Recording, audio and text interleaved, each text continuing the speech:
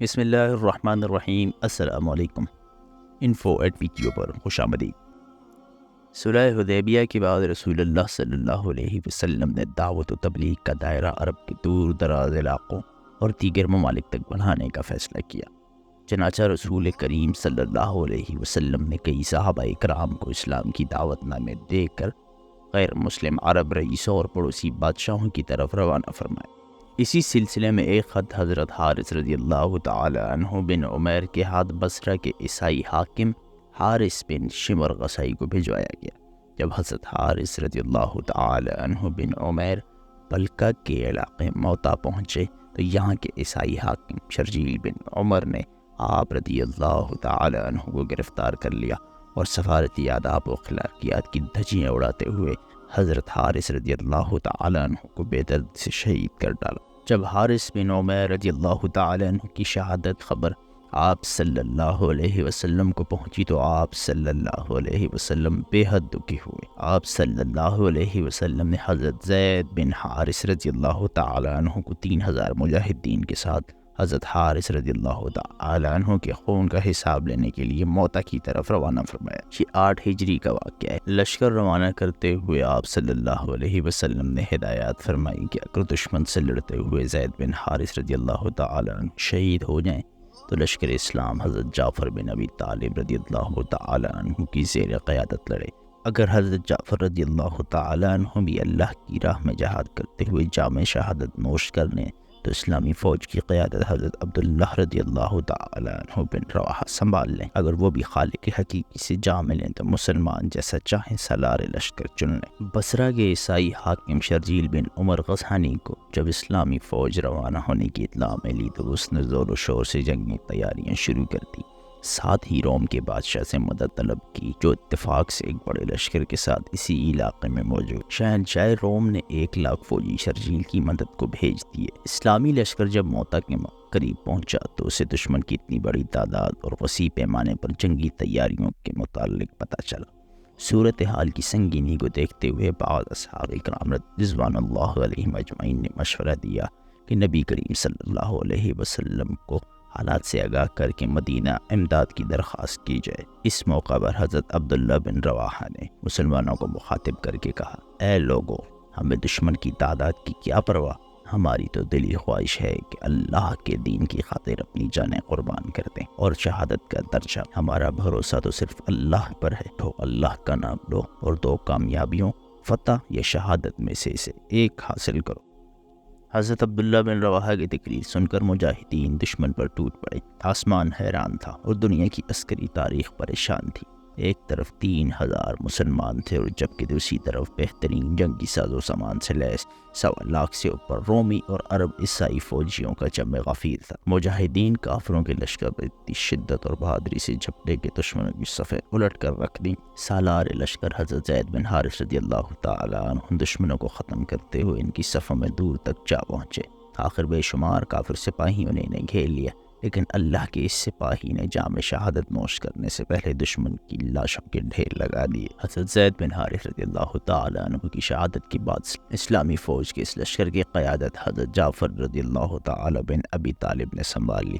آپ رضی اللہ تعالی عنہ نے ایک ہی حملے میں سینکڑوں دشمنوں کو ہلاک کر دیا، مگر مشکل یہ تھی کہ کفار کی تعداد بہت زیادہ تھی۔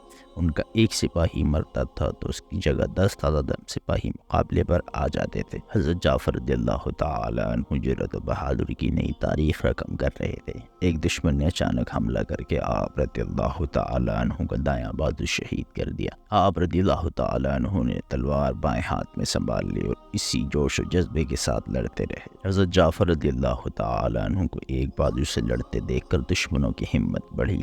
انہوں نے آپ رضی اللہ تعالی عنہ کو گھیرے میں لے کر آپ رضی اللہ تعالی عنہ کا دوسرا بازو بھی شہید کر دیا۔ پھر اس مرد مجاہد پر بیک وقت کئی وار ہوئے اور آپ رضی اللہ تعالی عنہ کی آرزوئی شہادت بھی پوری ہو گئی۔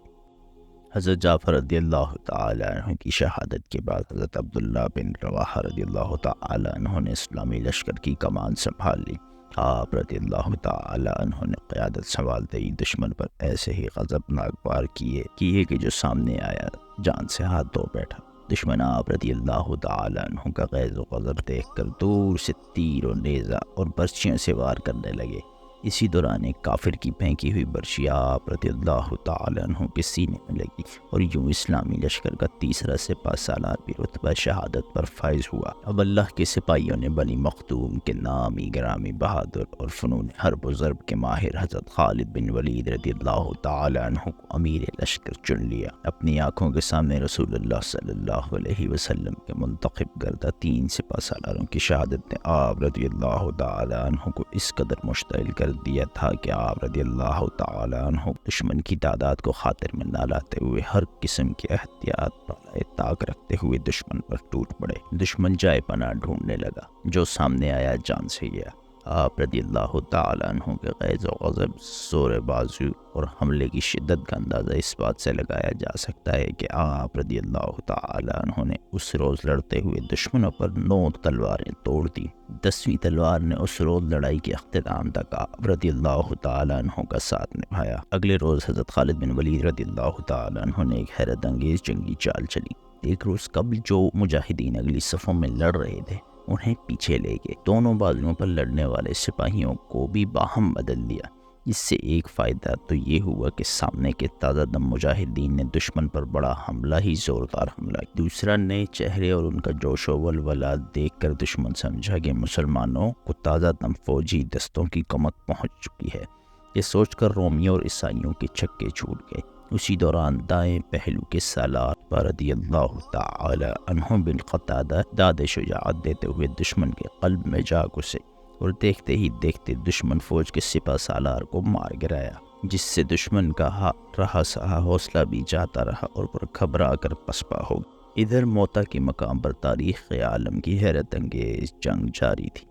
ادھر مدینہ منورہ میں رسول اللہ صلی اللہ علیہ وسلم چند اصحاب کے ساتھ مسجد نبوی میں تشریف فرما تھے۔ اللہ نے میدان جنگ کا نقشہ آپ صلی اللہ علیہ وسلم کی آنکھوں کے سامنے کر دیا تھا، جسے دیکھ کر آپ صلی اللہ علیہ وسلم کی آنکھوں سے آنسو روا تھے، اور آپ صلی اللہ علیہ وسلم میدان جنگ کا آنکھوں دیکھا حال بیان فرما رہے کہ اب جھنڈا زید رضی اللہ تعالیٰ عنہ نے سنبھال لیا، وہ شہید ہوئے۔ اب جھنڈا جعفر رضی اللہ تعالیٰ عنہ نے اٹھایا، وہ بھی اللہ کو پیارے ہو گئے۔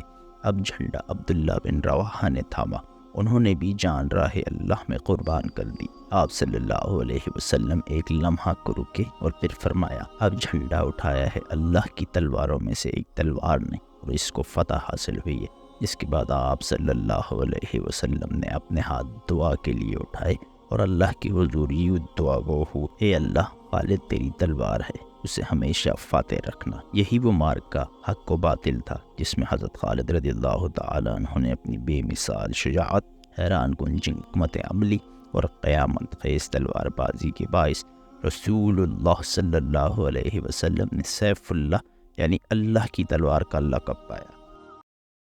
وظننت أن